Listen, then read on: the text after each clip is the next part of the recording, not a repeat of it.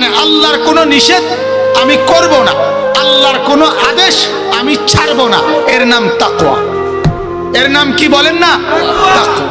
আল্লাহ বলেন তুমি ঈমানদার, কাজে তুমি এই তাকওয়াটা গ্রহণ করে নাও, বিনিময়ে আমি আল্লাহ তোমারে জান্নাত দেব। এখন বান্দা যদি বলে আল্লাহ আমি জান্নাত চাই, আর আপনি বলছেন তাকওয়া লাগবে, মানে কোনো গুনাহ হইতে পারবে না, কোনো নেকি ছুটতে পারবে না, আল্লাহ এটার লাগে তো একটা শক্তি দরকার, আমি তো কুলাইতারি না। কথা বোঝেন নাই? মনটাই তো চায় ভালো হয়ে যায়, আবার তো কি কইরা যায়, ঠিক না বলেন? মনটাই তো চায় ছাইরা দেই, আবার তো খারাপ থাকতে পারি না। তো আল্লাহ তাআলা বলেন এই জন্য তোমাকে আমি এই আমলটা দিলাম। মানুষে আমল দেয়, অনেক পীর বুজুর্গ আলেম ওলামা আউলিয়া বুজুর্গের কাছে মানুষে যায় না যে হুজুর ছেলে হয় না, মেয়ে হয় না, ব্যবসায় লাভ হয় না, একটা আমল দেন, একটা কিছু আমল দেন, একটা তদবির দেন যাতে করে বরকত হয়। তো আল্লাহ তাআলা বলেন বান্দা তুমি ঈমানদার, তোমার জান্নাতে যাওয়া দরকার, তোমার লাগবে তাকওয়া। আর তুমি যদি বলো তাকওয়া অর্জনের জন্য তোমার একটা আমল দরকার, তদবির দরকার, তো আমি আল্লাহ তোমাকে একটা তদবির দিলাম, সেটার নাম হলো তুমি রমজানের রোজা পালন করো। রমজানের রোজা শুধু একটা ইবাদত না, রমজানের রোজা একটা আমল না, একটা আমল তোমাকে এটার সওয়াবও দিবে, আবার এই রোজার বরকতে তোমার শরীরে তোমার কলিজার মধ্যে আমার হুকুম মতো রমজান আমি যেমনে চেয়েছি সেভাবে যদি পালন করো, তাহলে এই রমজানের বরকতে তাকওয়া অর্জন করার বাকি যত ডিউটি এগুলো করার শক্তি যোগ্যতা তোমার মধ্যে আসবে। এটা হাই অ্যান্টিবায়োটিক, এটা ফুল পাওয়ার ভিটামিন, এটা ভিটামিন A to Z, এটার মধ্যে শক্তি আছে, পাওয়ার আছে, অ্যাটম আছে, অ্যাটম শক্তি আছে। রমজানের এই রোজা তোমাকে বাকি অগণিত নেক কাজ করতে উৎসাহিত করবে। রমজানের এই রোজা তোমাকে গুনাহ ছেড়ে দিতে তোমাকে সাহস যোগাবে, হিম্মত যোগাবে। শর্ত হইল পালন করতে হবে রোজা কামা কুতিবা আলাল্লাযীনা মিন ক্বাবলিকুম। আল্লাহ এটা মনে করাই দিছে তোমাদের পূর্ববর্তীদের উপরে যেভাবে ফরজ করা হয়েছিল। অর্থাৎ আল্লাহ বলেন একটা নিয়ম কানুনের ভিত্তিতে, একটা শর্ত শারায়েতের ভিত্তিতে আমি আল্লাহ রোজা ফরজ করেছি। এটার কিছু নিয়ম আছে, কানুন আছে, শর্ত আছে, ওইগুলো খেয়াল রাখা পালন করতে হবে। হুদা কেবল বাদুগা খাইলা না আর বাকি সব করলা তাইলে হবে না। কথা বোঝেন নাই? ওনারে বলছে এই 2 ওষুধ সকাল বিকাল খাবেন, এখান থেকে 3টা আর এই 3টা, সকালে এই 3টার থেকে একটা একটা করে 3টা, সন্ধ্যায় রাতে এই 3টার থেকে একটা একটা করে 3টা খাবেন। আর গরুর গোশত আর চিংড়ি মাছ খাবেন না। উনি ওষুধও খায়, গরুর গোশত চিংড়ি মাছও খায়, ঠিক না? বোঝেন নাই কথাটা? এট এ টাইম ওষুধও 2 বেলা খাইতে আছে ঠিক মতো, ইসা মাছ কি গরুর গোশত খাইতে আছে কি মতো, ঠিক মতো, তাইলে রোগ ভালো হতো। তাইলে এই আল্লাহ তাআলা বলছে রোজা তো রাখছো বান্দা, উপাস তো রইছো, কিন্তু শর্ত হলো এর সাথে তুমি একটা জিনিস শুধু বুঝো, যেখানে 11 মাস খানা পান করা, স্ত্রীর সাথে মিলিত হওয়া হালাল, এগুলো বৈধ ছিল, সেই 3টাই হালাল, 3টাই মৌলিকভাবে সত্তাগতভাবে হালাল বস্তু, হালাল জিনিস, অনুমতি সাপেক্ষ, সেটাই যেখানে রমজান মাসে আমি আল্লাহ নিষেধ করলাম, সেখানে মিথ্যা, চুরি, ডাকাতি, জিনা, ব্যভিচার, অস্থিরতা, বেহায়াপনা, সুদ, ঘুষ এগুলোর কোনো অনুমতি থাকতে পারে? যেখানে হালালেই হারাম হয়ে যায়, যেখানে বৈধটাই অবৈধ হয়ে যায়, সেখানে অবৈধটা কি পরিমাণ অবৈধ। কিন্তু ওই যে আমরা বললাম, আমি আবারও আমাদের মা বোনদের হালাত হইল আগে দুপুরে ভাত খাইয়া মার্কেটে যাইতো, রোজার মাসে ভাত না খাইয়া যায়। এই তফাতের কি গো, ভাত খাইয়া আইসিনি না, আমার রোজা না, তো আইসেন কিনতেন, জুতা কিনতাম, জুতা বুঝেন নাই? ওই পার্থক্য শুধু গত মাসে জুতা কিনছে বুড়ি ভাত খাইয়া গিয়া, আর এই মাসে জুতা কেনের কি কিনা ভাত না খাইয়া গিয়ে, তফাৎ শুধু কি ভাতের থালা, ভাত ভাত তরকারি আর কোনো তপ নাহলে পাউডার, ফেয়ার এন্ড লাভলি, সুনু, ওই আমনে ডগ ডুক, আডনের স্টাইল, জুতা, এটি সব আগের মতো। গত মাসের যেটা এই মাসেরও এই ডগ, এই বেপর্দা, এই বেহায়া, শুধু ভাত খেয়েছে না। এতে বালা আমনে ভাত দুগার লেগে আর আটকে রাখছেন কিনতেন, ভাতে খাইয়ে যাইতেন। কথা বলেন না কেন? আল্লাহ তাআলা গত 11 মাস আমনে নাফরমানরে ভাত খাওয়াইতে পারলে আর 1 মাসের লেগে বুঝি আল্লাহর ভাতের টান ফুটছে। নাউযুবিল্লাহ, নাউযুবিল্লাহ।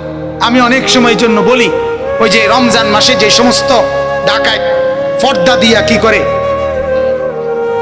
ভিতরে খানা বেচে না, কথা বলে না। আমার কথা হলো, তুই বেটা পর্দা দিস না। আমি কেউ কিছু বললে আমার কথা বলবা, বলে হুজুরে কইছে। আমি তোমার মতো তোমারে বললাম, তুমি পর্দা দিয়া ভিতরে বেচছো না, তুমি ডাইরেক্ট খুললা বেচো। কারণ তোমার মতো বেদ্যফের যেহেতু কোনো শরম নাই, তুমি এর পর্দা দাও কেন? পর্দার ভিতরেও আল্লাহ দেখে, পর্দার বাইরেও আল্লাহ দেখে। কাজে তোমার দরকার কি? তুমি আমারে আমি দেখলেই কি, না দেখলেই কি, ওমকে দেখলেই কি, না দেখলেই কি, মানুষের হাতে আযাব দেওয়ার বা গজব দেওয়ার বা শাস্তি দেওয়ার বা নেকি দেওয়ার কোনো ক্ষমতা আসেনি। তো মানুষে দেখলেই কি তার, না দেখলে কি তার? কথা বলেন না কেন? তুমি খুললেই বেচো বেটা, তুমি খুললে, তুমি বেশরম, তুমি খুলেই বেচো। এই যে অনেক মহিলা আপনার দেখবেন, অনেক পুরুষ মহিলা, অনেকের ঘরে আপনারা ওই হুজুর দাওয়াত দিলে হুজুররে যে রুমে ভাত খাইতে দেয়, এই রুমেও টেলিভিশন, এটার মধ্যে একটা কাপড় লাগাই দেয়, মানে একটা ছোট কাপড় পর্দার মতো এটা লাগাইয়া দেয়, যাতে হুজুর আইছে যে এই কারণ। এটা তফাৎ কি? হুজুরের টেলিভিশন দেখলে হুজুরের ক্ষমতা আছে নি আপনার গুনাহ দেওয়ানের? কথা বলেন না। হুজুরের ক্ষমতা আছে নি আপনার শাস্তি দেওয়ানের? তো তাহলে আর হুজুরের টেনশন করে লাভ কি? আপনি যে আল্লাহকেই যেখানে ভয় করেন না, আপনি হুজুরের শর্মাইয়া লাভ কি বেটা? আল্লাহকে যে ভয় করে না, যখন হুজুর থাকে না, তখন যে ঘরে টেলিভিশন চালান, তখন আল্লাহ থাকে না? আল্লাহ দেখে না? তাহলে তুমি তো আল্লাহর চাইতে বড় হুজুররে মনে করলে। কথা বলেন না কেন? তুমি হুজুর দেখলে তুমি কি দিলা? কাপড় দিলা। আল্লাহর সামনে তো কাপড় দিলা না, তো তোমার এটা শিরিকের আচরণ না? কথা বলেন না কেন? এটা শিরিক না? আল্লাহর চাইতে বড় বানানোর অধিকার আছে কাউরে? তো আল্লাহ আমাদেরকে মাফ করে দেন। অতএব এটা ভাবেন, আল্লাহ তাআলা বলেন, নির্দিষ্ট নিয়মে আমি যেভাবে বিধান দিয়েছি এভাবে যদি তোমরা রোজা পালন করো গুনাহমুক্ত, তাই আমি আল্লাহ তোমাদেরকে তাকওয়া দিয়ে জান্নাতি বানায় দেব। বলেন আলহামদুলিল্লাহ, বলেন আলহামদুলিল্লাহ। আমার বাপ, আমার অনুরোধ, আল্লাহ তাআলা একটা কথা বলে নিছে এখানে, আগেও রোজা দিছি, তোমাদেরকেও দিছি, ঠিক কিনা বলেন না? হাদিসের মধ্যে আমরা পড়ছি, আল্লাহর নবী বলছে যে রমজানের এই রোজা আগের ওয়ালাদের জন্য ছিল, আমাদের জন্য আছে। এই কথা বলে একটা সুন্দর সান্ত্বনা আল্লাহ আমাদেরকে দিছে। কি? আরবি ভাষায়ও বলে, বাংলাতেও বলে, ইজা আম্মাতিল বালওয়া তাবাত। কোন মুসিবত, কোন কষ্টের কাজ যদি সবার হয়ে যায়, মানে সবার উপরে চাপে, সহজ হয়ে যায়, ঠিকই না বলেন না? তো এখানে আল্লাহ তাআলা বললেন, আমি জানি বান্দা তুমি একটা লাফ মারিবা, যখনই বলমু যে 1 মাস সকালের নাস্তা, দুপুরের খানা, বিকালের মোগলাই, ঠিক নি কথাটা? মাঝে দিয়ে আবার চা, বন, আবার ওই যে আলু চপ, পেঁয়াজু, আবার এই বিস্কুট, এ অনেক কিছু বন্ধ হয়ে যাবে তোমার। 1 মাস তুমি একটা ফাল মারিয়া উঠবা। আরে কি কয়, 2-4 ঘন্টা হইলে এক কথা, বা 2-1 দিন হইলে একটা, নাইলে কষ্ট করলাম। 1 মাস, 1 মাস এভাবে না, এটা তো বেশি কষ্ট না হয়ে যাব? তা আল্লাহ তাআলা বলেন না, হইতো না। কারণ তোমার বাপ দাদা 14 গোষ্ঠী এর আগে যারা ইমানদার ছিল সবাই এই রোজাটা পালন করছে, তারা কেউ মরছে না, তারার কোনো অসুবিধা হয়েছে না, কাজেই তোমারও অসুবিধা হতো। এই জন্য বান্দা যেন সান্ত্বনা পেয়ে যায় যে 10-এর যেই গতি আমারও সেই গতি, ঠিক কি না বলেন? অতএব আল্লাহ তাআলা এটা বলছে। আরো একটা কথা হইল যে আল্লাহ তাআলা তাফসীরের মধ্যে, কোরআনের তাফসীর আছে, যে আল্লাহ তাআলা নামাজকে তিন ভাবে বর্তমানের অবস্থানে আনছে। সুবহানাল্লাহ। এক নাম্বার, নামাজ প্রথম যখন মেরাজে ফরজ ছিল, সংক্ষেপে বুঝেন, এক নম্বরে নামাজ যখন মেরাজ থেকে নবীজি নিয়ে আসছে জমিনে 5 ওয়াক্ত নামাজ। এর আগের ঘটনা তো আছেই, 50 ওয়াক্ত কমাইছে, এটা না, 5 ওয়াক্ত নিয়েই তো কি আসছে, জমিনে আসছে। তখন নামাজের নিয়ম ছিল, নামাজের বিধান ছিল বাইতুল মুকাদ্দাস ফিলিস্তিন ওই মসজিদের দিকে ফিরে কিবলা আল্লাহর নবী সাল্লাল্লাহু আলাইহি সাল্লাম নামাজ পড়তেন। এটা ছিল নামাজের প্রথম অবস্থা।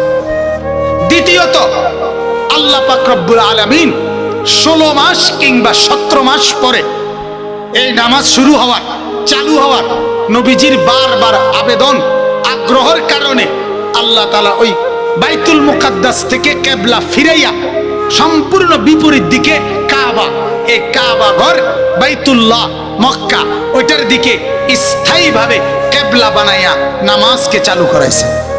এইটা একটা পরিবর্তন।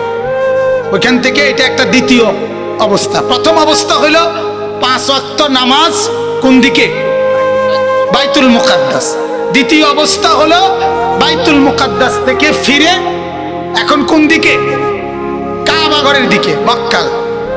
তৃতীয় অবস্থা হলো নবীজি সাল্লাল্লাহু আলাইহি ওয়াসাল্লাম মদিনায় আসার কিছুদিন পর আল্লাহর নবী সাল্লাল্লাহু আলাইহি সাল্লাম এতদিন পর্যন্ত নামাজ পড়তেছে, কিন্তু তখন নিয়ম ছিল নামাজের জন্য ওয়াক্ত হইলে জামাতের টাইমে একজন আরেকজনকে ডাকাডাকি করে আনতো, কিন্তু এতে করে বিরাট অসুবিধা হইতো, অনেককে আকপিস হয়ে যাইতো, জামাত ছুটে যাইতো।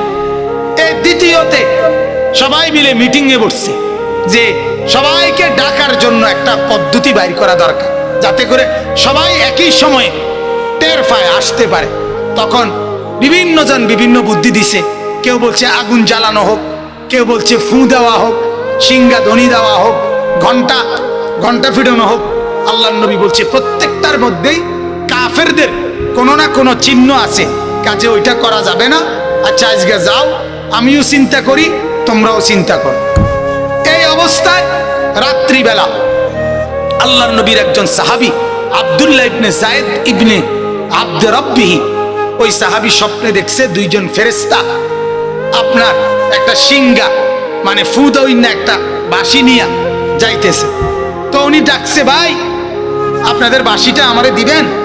তো ওনারা দুইজন বলছে কেন? বলছে আমরা নামাজের ওয়াক্তে সবাইকে ডাকার জন্য বাঁশিটা দিয়ে ডাকুন। তখন ওই দুই ফেরেশতা বলছে না, তুমি শোনো, এর চাইতে উত্তম বাক্য ডাকার জন্য আমরা তোমাদেরকে শিখাচ্ছি। তখন স্বপ্নে ওই দুই ফেরেশতা এই সাহাবীকে পুরা আজানের বাক্যগুলো শিখায় দিছে। সকালবেলা তিনি আল্লাহর নবীকে এসে বললেন, ইয়া রাসূলুল্লাহ, আমি এই আজানের বাক্যগুলো এভাবে দেখছি, আপনি এগুলো ডাকতে। তখন আল্লাহর নবী বললেন, তুমি আল্লিমহু, হ্যাঁ বেলাল, তুমি বেলালকে এই বাক্যগুলো শিখায় দাও। অর্থাৎ বেলালের আওয়াজ বড়, তুমি শিখাও, বেলাল আজান দিক। এরপরে হযরতে বেলাল প্রথম আজান দিছে। হযরতে ওমর দৌড়ে আইসা বলছে, ইয়া রাসূলুল্লাহ, আল্লাহর কসম, একই স্বপ্ন আমিও দেখছি। আরেকজন আসছে, উনি বলেন আমিও দেখছি। আরেকজন আসছে, উনি বলেন আমিও দেখছি। 14 জন সাহাবী আইসা সাক্ষী দিছে, গত রাত্রে নবী এই স্বপ্ন আমরাও দেখছি। এরপরে তখন এই তৃতীয় পদ্ধতি, অর্থাৎ আজানের মাধ্যমে নামাজ আর কাবা ঘরের দিকে ফিরে নামাজ, এই তৃতীয় এই অবস্থায় রূপান্তর হয়েছে বর্তমান অবস্থা। কথা বোঝেন না? বর্তমান অবস্থা আজান হবে, এরপরে কি হবে, কিবলার দিকে, কাবার দিকে ফিরে নামাজ। তাহলে তিনটা হলো না? প্রথম হলো কি, 5 ওয়াক্ত নামাজ কোন দিকে ফিরে, বাইতুল মুকাদ্দাস। দ্বিতীয় হলো কি, কাবা ঘরের দিকে ফিরে। প্রথম আর দ্বিতীয় অবস্থা পর্যন্ত ডাকাডাকি করে আনতো। তৃতীয় অবস্থায় গিয়া আজান চালু হয়ে চূড়ান্ত নামাজের বর্তমান রূপ লাভ করেছে। সুবহানাল্লাহ। ঠিক রমজানের রোজা আল্লাহ তাআলা প্রথম যখন রমজানের রোজা পালন করার জন্য বিধান দিছে, প্রথম বিধান ছিল এরকম, 1 নাম্বার 1 মাস রোজা রাখা, তবে ইখতিয়ার, কারো ইচ্ছা হলে রোজা রাখবে, কারো ইচ্ছা হইলে রোজা না রাইখা রোজার বদলে এক ফিদিয়া, ওই যে আমরা যে সদকায়ে ফিতির ফিতরা দেই, এক ফিতরা পরিমাণ টাকা আপনার কোন গরিব দুঃখীকে দান করে দিলে একটা রোজার বদলে হুকুম আদায় হতো।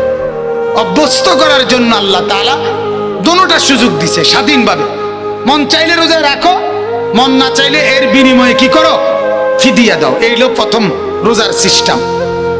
2 নম্বরে আল্লাহ তাআলা বললেন যে ফামান শাহিদা মিনকুমুশ শাহরা ফালিয়াসুমহু, এখন থেকে রমজান মাস আসলেই আর এইভাবে সুযোগ নাই, সবাই রোজা পালন করো।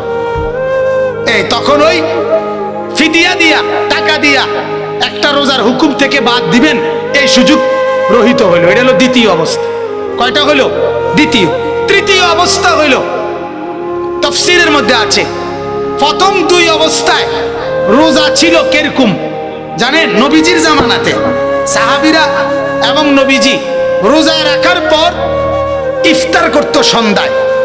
ইফতারের পরে রাতের যতক্ষণ সজাগ অতক্ষণ খানা দানা, স্ত্রী মিলন এর অনুমতি। ইফতারের পরে যদি ঘুমায় যায়, যখনই ঘুমায় যাবে পরের দিনের রোজা শুরু। মাসুক বড় হয়ে গেছে সব। কি হো এর আশ্চর্য কথা শুনছেন না লাগে? এটা তো তাফসীর, এই আয়াতের তাফসীরে আছে। এটা মুসা নবীর জামানা না, আমাদের নবীর জামানা। সাহাবীদের জামানার রোজা ছিল এরকম, বুঝেন নাই? ইফতারির পরে ঘুমানো পর্যন্ত কি যা খাইতে পারে, যা পান করতে পারে, ঘুমাইলেই পরের দিনের রোজা শুরু হয়ে যেত।